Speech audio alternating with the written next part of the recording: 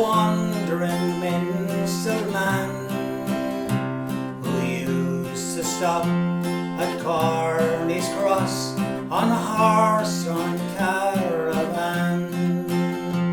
The hand of Frenchy greeted him, he was loved by one and all, as they gathered in the evening time to hear his lonesome call. And I wonder did he ever know the joy his music did bring, as the pipes of Johnny Doran through the countryside did ring. I remember Michael Falsey saying he heard him in Milltown playing at the races, and a large crowd gathered around. And there amongst the gathering was young Willie Clancy too, who captured every note that fell from that piper pure and true. And I wonder did he ever know the joy his music did bring, as the pipes of Johnny Doran through the countryside did ring.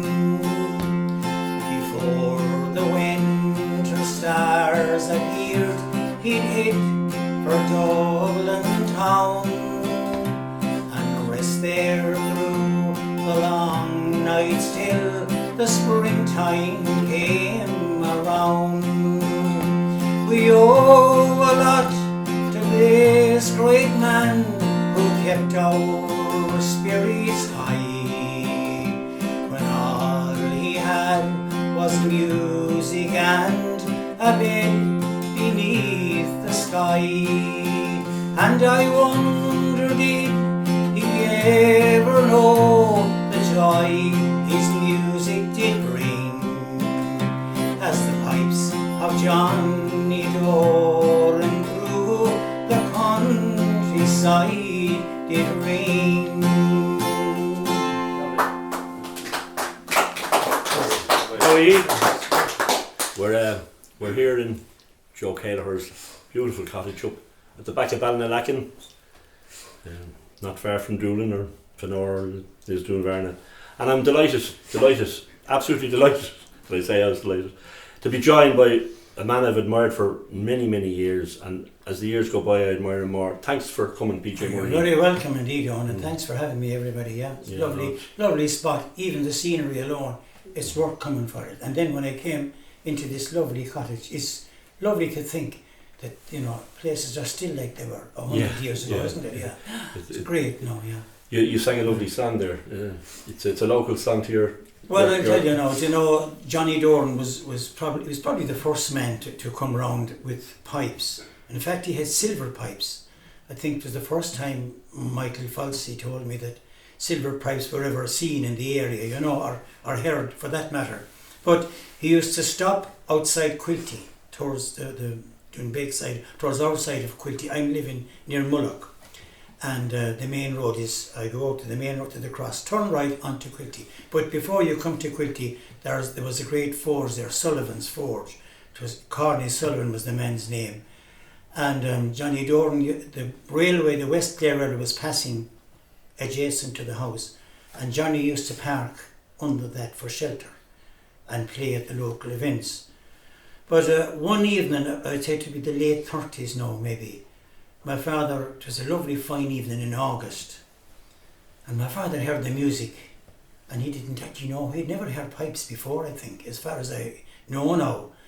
So himself and a neighbour decided they'd go to investigate the sound, you see. Bit like the Banshee, I suppose, that time to them. But they were on top of the hill, and Johnny Doran was playing at the bottom of the hill. And the music was going over the valley. And to this day, my father always told me that was one of the nicest sounds he ever heard, And many years later, after he passed away, only a few years back, I was in the same place where my father heard the piping and heard Johnny Doran. And I started thinking maybe I should do a bit of a song about it. So I called it The Pipes of Johnny Doran. And like I mentioned in the song, Michael Falsey told me that where the Bellbridge Hotel is in Spanish Point, the sandhills are up beyond, you see. And they used to put the sand on the road at either maybe in a circular area, and let the horses gallop over the sand to make the race course bigger. So Johnny Doran used to come there. That was a big event in the olden days, like all the big race events were.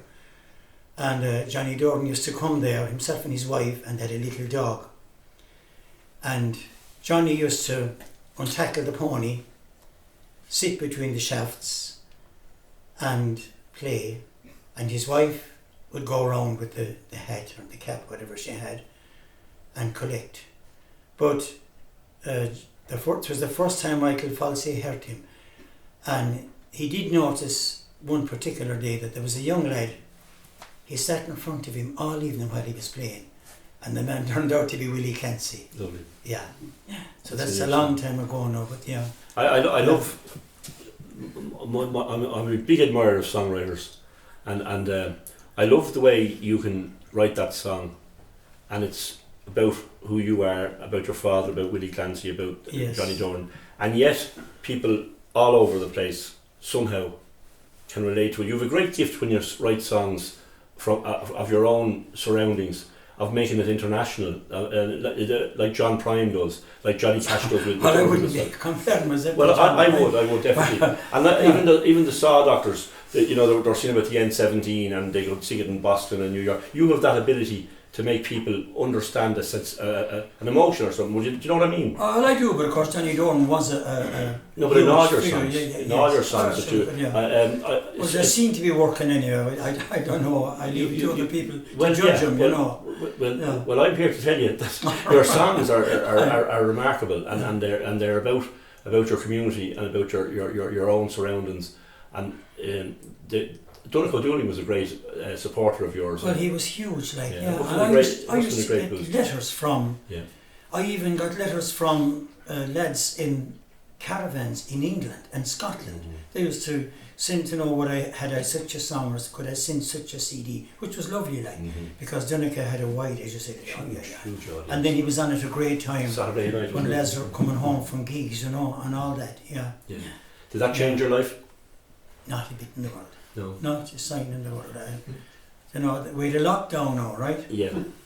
And I was at home, and it was the same as if I love playing music, and I love meeting people and all that. But having said that, I was meeting other musicians and people talking about how, it was awful and it was this and that.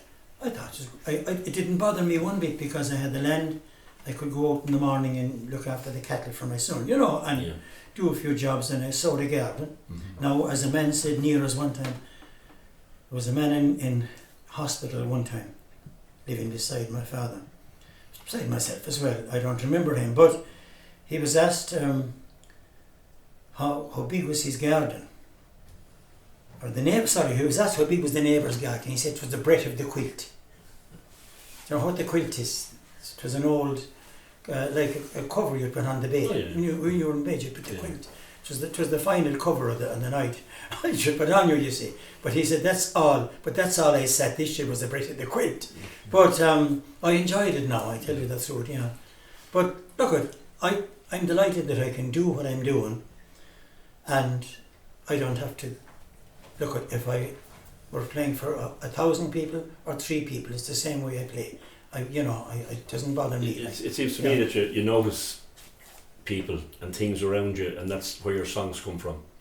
You like you say, the breadth of the quilt, the stories, the characters, and when does something happen and you go and write a song, or do you think I'll go write a song today? No, I'd never say that. No. I've written many songs about local events now. Do you know the one about Jane Hogan? See, Jane Hogan was in the Lusitania, and she went to America in 1899, I think. And she came back in 1915. And she was in the Lusitania and was torpedoed. But they were warned, of course, not to travel on it, you know. Now, she was next house to me at home, Jane Hogan was. And she had a garden at the back of our house. And she used to regularly go up and down, and my father would talk to her a lot, you know. But she survived anyway. She was 8 hours in the water. And she was taken to Kinsale, and then, or to is it Kinsale? And she took the train to Ennis. And she walked from Ennis to Mullock, which was 22 or 3 miles. I'm sure she was so delighted. But all she had was 3 sovereigns that she sewed onto her swimsuit. And she never really spoke much about it, you know. But one particular day she told my father it was a heavy shower, and she came back into the shed, and she told him that there was a raft, and there was a woman and 2 children, and they were all gone, you know. But I was going to the ploughing championships at 3 o'clock then one morning, and I passed Little Moon Garden Centre. That's the house. It's now Little Moon Garden Centre, owned by Billy Merriman. But I thought to I was kind of feeling half sorry for myself, because I came from Listoon and I was going on to the plough, and I said I'd sleep in the van at the plough, you know, and not to be going in when the traffic was. So that's how I got the idea. When I passed Jane Hogan's house, there was a light, and I said, I have a car under me, you know, and this woman walked from Ennis. And that's how that song came about, you know, different ways, like. Did you see it? Yeah. Would you like to sing that song? I haven't sung it for ages now again, you know, because I haven't been out. Well, there's no bother. Look, I'll attempt it anyway. There are even 2 verses. We have the story anyway. So look at that's a great story. And did you write the song there and then in the car? No. I got the idea going to the plough, you see, and I thought, you know, I thought about it, and when I came back, I started it. And sometimes I start a song and I leave it there for a week or a month, maybe 6 months. And more times, if somebody asks me to do a song, I could do it maybe quick enough, you know. But I write commercially. I write for Foster and Allen and Daniel O'Donnell and the late Big Tom, Larry Cunningham and Michael English and Brendan Shine, all these people. I write different stuff for them, you know. But anyway, I'll attempt a verse or 2 of Jane Hogan. Great, thanks, Peter. I still recall the long black shawl and the age upon her face, as we walked past with youthful hearts to school in bygone days. She'd often stop and talk a while to friends as they passed by, but she rarely spoke about the past, and we often wondered why. Jane Hogan was her name, and she lived to tell the tale when they sank the Lusitania off the old head of Kinsale. The war was raging when the Luz set sail from New York town. On May the 1st, 1915, for Queenstown she was bound.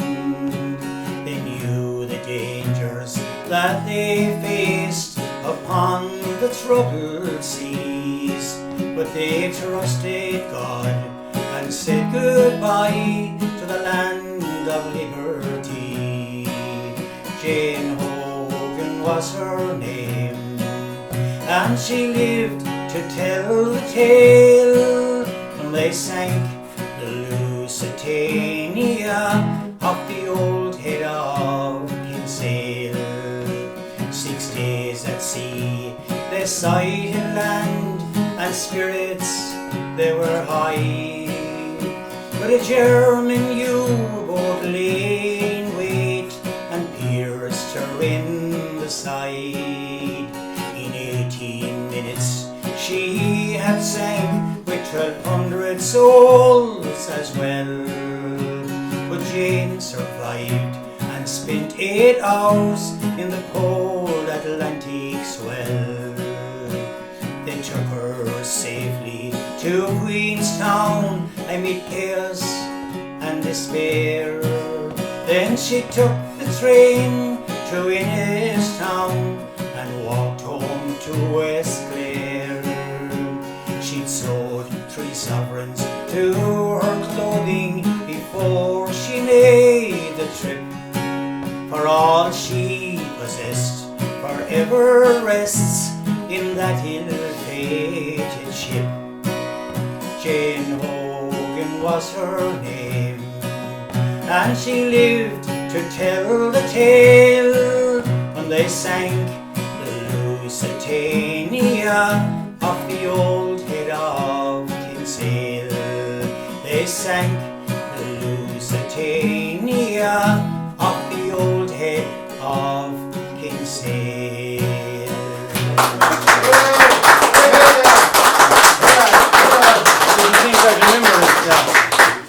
I'm delighted I put you under pressure to see that.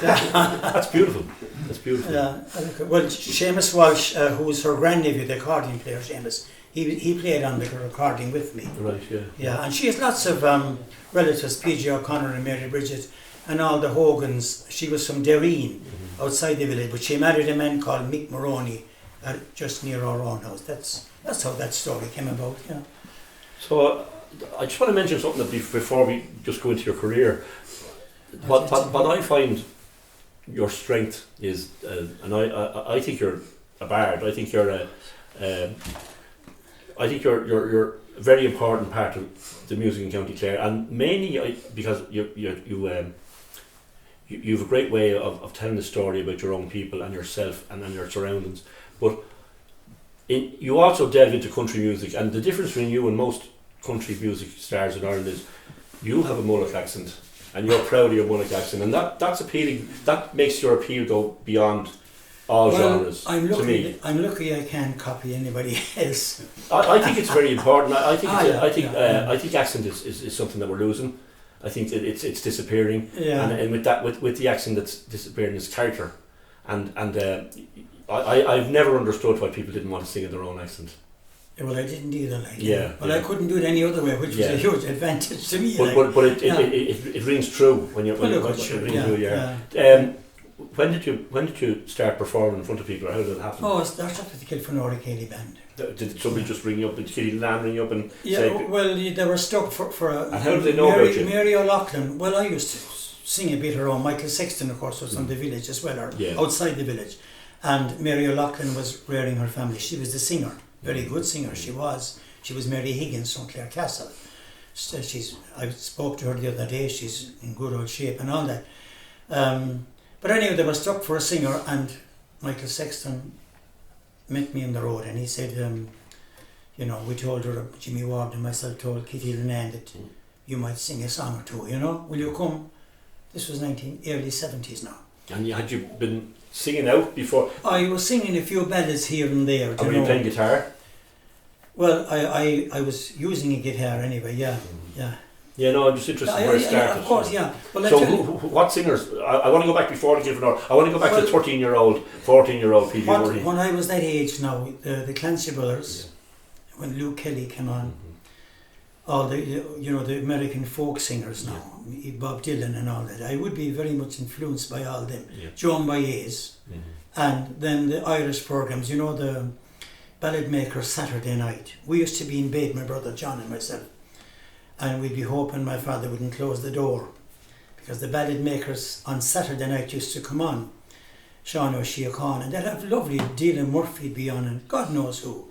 And even at an early age I loved the ballads, Is it interesting that radio is more powerful than television ever could be? It still is. For certain people. Well, you can listen to it on the way up, for instance. I was listening to a match there with Innistown, and they were doing reasonably well. But it allows the imagination to when it's not all presented in front of you. Indeed, we're talking about singing. There was Michael Casey and Ollie McCarthy and Tally, 2 brothers. They lived near me, and Michael Casey was from the village. And there was an overturned van in front of the forge in Mullock. And when I got the guitar, only 2 chords or whatever I had, we'd go into that van at night, and it was overturned, we'd lift up the back door and go in and sing, the Bowed O'Donoghue and Rose and all stuff like that. And we might have an audience of 5 maybe, or 3 or 7 across on the footpath for a while listening to it, you know. Mm-hmm. But that's where I started, and I always had a love for ballad songs and Irish songs. And see, I stayed at home on the land with my father, and I worked with him every day, you see. And he had a lot of stories from his time, and what he didn't tell me today, he'd tell me tomorrow.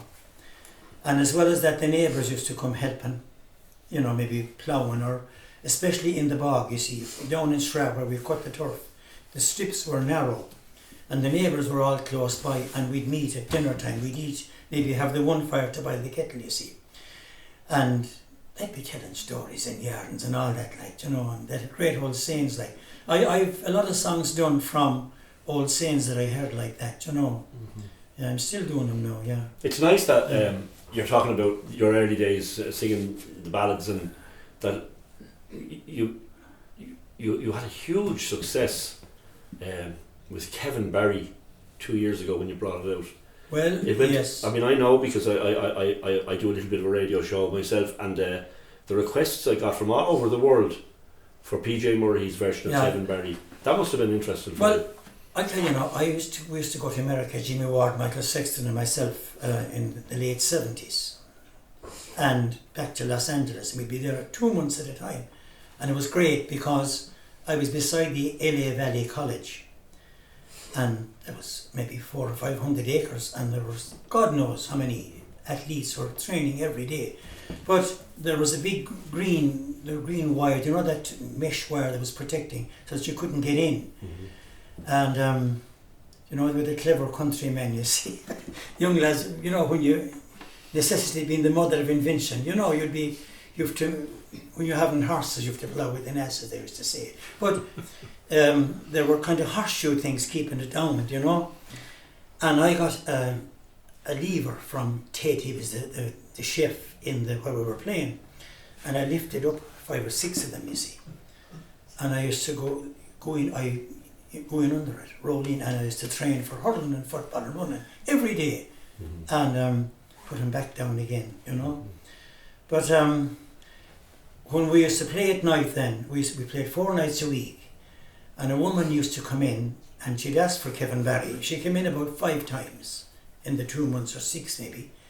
And on the final night, she called me over and she said, I was 7 years old, she said, when they hanged Kevin Barry, and I was outside the prison holding my mother's hand when they were saying the rosary. And, you know, that'll be soon, about 48, 47. And I said, well, if I'm around, I'm still alive for the 100th anniversary, I'm going to do the song, which I did. And, as you know, Susan O'Neill and the Howleys and Martin O'Malley gave me a hand, and look what it seemed to have turned out okay, you know. It's beautiful. Beautiful. It worked anyway, put it that way to you, yeah, it worked. You know, you know, what with a song like that, and many of the old patriotic ballads for rebel ballads, you know, there's a lot of it, but you have a lovely way of understating that emotion and making it even more powerful by not giving it stick too much, by actually understating the things and making the words important again. And it's really, really lovely. You do it with all your songs. Well, look, the words are important. They're everything. That's all I can say to you, you know. Yeah. And I do my best to bring them out that way. It doesn't always happen, you know. You have your nights too, no more than the songwriting. Well, there's no doubt about it. But you know, But like you have it captured. You did some lovely albums with any old time Nick Daly. Oh yeah, that was great. I used to love going down to Ballyvourney. Yeah, and I'd go down through Killarney, down the ferry, and pull in Ballyvourney, you see. There were lovely trees at the back, a kind of a wood at the back, and you can leave the key in the car and hop in, you see, make tea like. And the lads, you see, it's very important when you're recording that the people who are playing with you like what you're doing. And there seemed Noel Shine and Mary Green and all these people, the Johnny Campbell, they all played with me, you know. But Mick Daly and Kevin Hennessy and Dave Hennessy, and Matt Prentice, they were very good to me because we'd sit around like this, you see, and I just maybe, like I did there, I'd hum a few lines of the song, and then we might just capture it like that.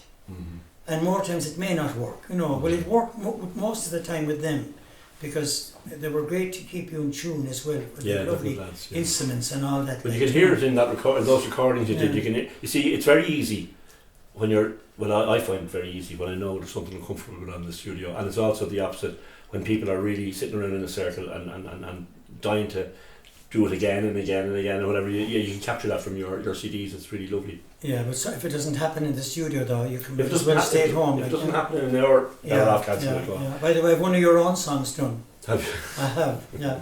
God, there was, yeah. Oh, great. I have, yeah. Thank you. It's okay, I think, yeah. I'm dying to hear it. Oh, yeah, sure, yeah. Well, I'm afraid you'll hear it. It's just simple enough. Yeah. PJ, you travel the country for the last 20 years, 30 years. You've travelled the country and you mostly dancing, people dancing to your gigs, or mostly dancing. Well, do you know, I was listening to Christy Moore recently talking about Paddy Maloney, and he did mention, which is something that rang a bell with me, that in fact I was talking to Christy recently about songs, but he did mention that sometimes maybe to make a living you have to deviate from what you love most, because there may not be a living in it, you know. So I had to kind of go with the flow and learn songs that were popular that I prefer not to have learned. Some of them anyway. I liked a lot of what I did now, in fairness. But I was in a tourist area and still am, like around Spanish Point and Kilkee and Lahinch, and we used to do all that area. You see Jimmy Ward, Michael Sexton and myself and Dick O'Donnell and other was many more people. I played with many people, Dave Culligan, Pat Mack, I could be naming them, you know. But back to West, and but then I teamed up with Seamus Shannon. When the local stations came in, they kind of picked up on my stuff, you know, and I was getting calls from this one and that one and the other one, and I was half reluctant to go, you know, didn't fit with me at the time. But Seamus Shannon, of course, I'm still playing with Seamus, but we haven't been together for 2 years. But Seamus will be an outstanding player, you know. I've played with many a good one now, in fairness. All of them are good. But that's how I actually reared my family from. Yeah. But then my wife Mary was very good as well, you know. She was looking after the kids and she'd look after the land at times as well, you know. There were 7 of us in it. We were still around, the 7 of us: Marion, Teresa, Eileen, Susan, Bridget, John and myself. So they all went away. In fact, I'm after doing a song, but I haven't it ready yet, but I've recorded, called I'm the One Who Stayed at Home. You know, they usually thought about somebody who goes away once, but I called it I'm the One Who Stayed at Home. I have a funny feeling you're quite happy to have stayed at home. Oh yeah, I was delighted, yeah. You're the best of both worlds anyway. Well, I actually had, you know. And anybody who ever asks me, like, I had a great life of it, thank God. You know. Well, my question to you is that I still have now. I'd love to see you in concert, because here you are and your ability to chat, and I'd love to see PJ Murrihy with just you and the guitar like this on a stage, and I think that would you ever consider doing that? Well, I would. You know, I always like to have somebody with me, I suppose, to break if it was going against me, to turn over to them or whatever.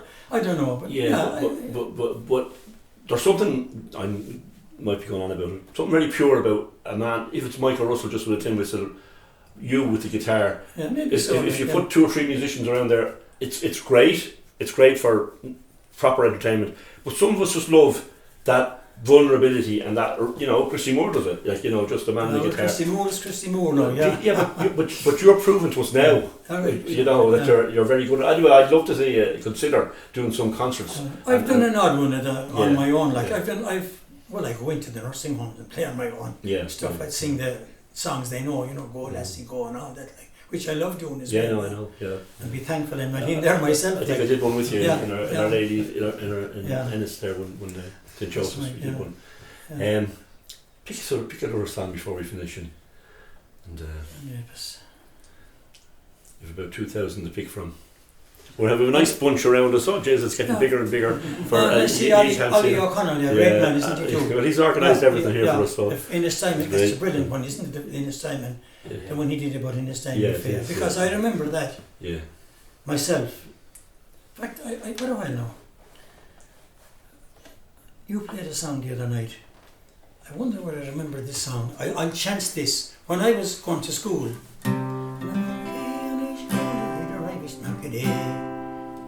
when I was going to school, I used to love, I think it was, Oliver, was a Tuesday that was market day. Yeah. And we used to love going down to the market. That was my favourite time of the day. Like.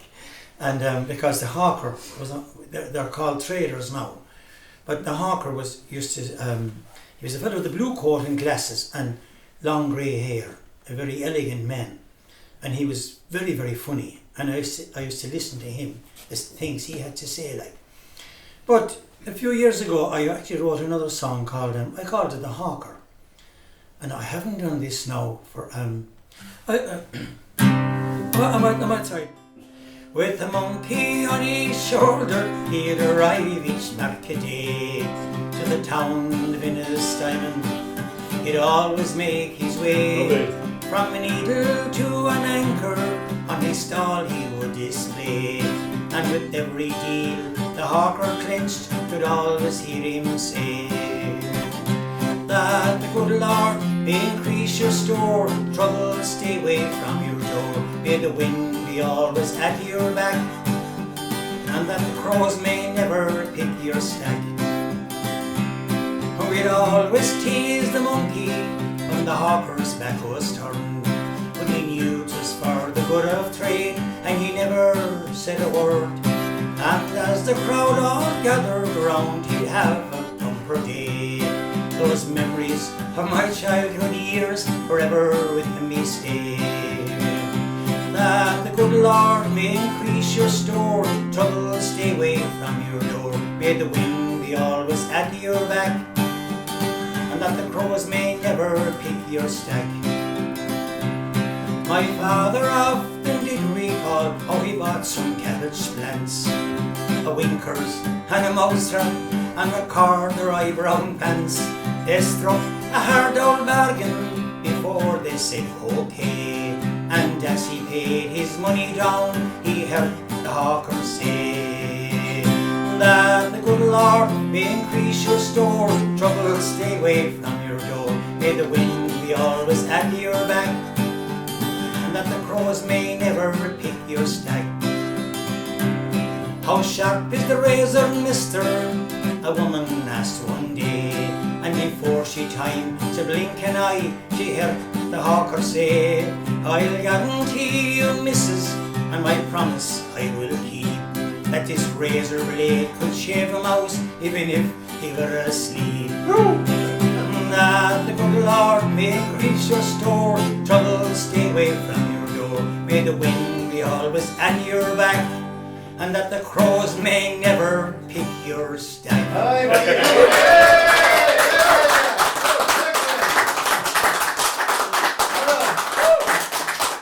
Thanks for coming. Well, it was a pleasure, and you know, I want to take this advantage of opportunity of thanking you for all the airplay you've given me. My God, people think I own part to Clare FM, you know. Well, yeah. I don't play it and I don't like it. And but there's a lot of stuff you like, you know. Yeah, I love, and you're one of them. Thanks very much. Because there's so many songs that mean nothing, and you have an ability. That song, I couldn't in a million years write that song. It's just you captured it in a style and Mart, and you captured characters, and yes, it goes beyond that. You know that anybody enjoy it. What happens with those type of songs is that, like for instance, now you know the one I had with Drawn Little Men in the Ashes. Yeah. You see, or maybe Soldier On, those kind of songs, they kind of take over from the other songs, and you can't play everything. Yeah, I know. You know, and people ask for a certain song, and you might like to play another song of mine, but you have to play Soldier On or whatever it is, or Drawn Little Men in the Ashes. I play whatever I wanted to play. I wouldn't play what they were asking for. But will you finish up with another song? And I just want to say thanks again, and I want to acknowledge Oliver O'Connell for putting all this together and organising it for me. And I also want to acknowledge Joe Kelleher for what a wonderful place to be gathered on a nice day up in the mountain. Well, I can't believe that there are places like this still going well and being used for the right reasons. It's lovely, yeah. Finish up with a. Well, look, when I sing.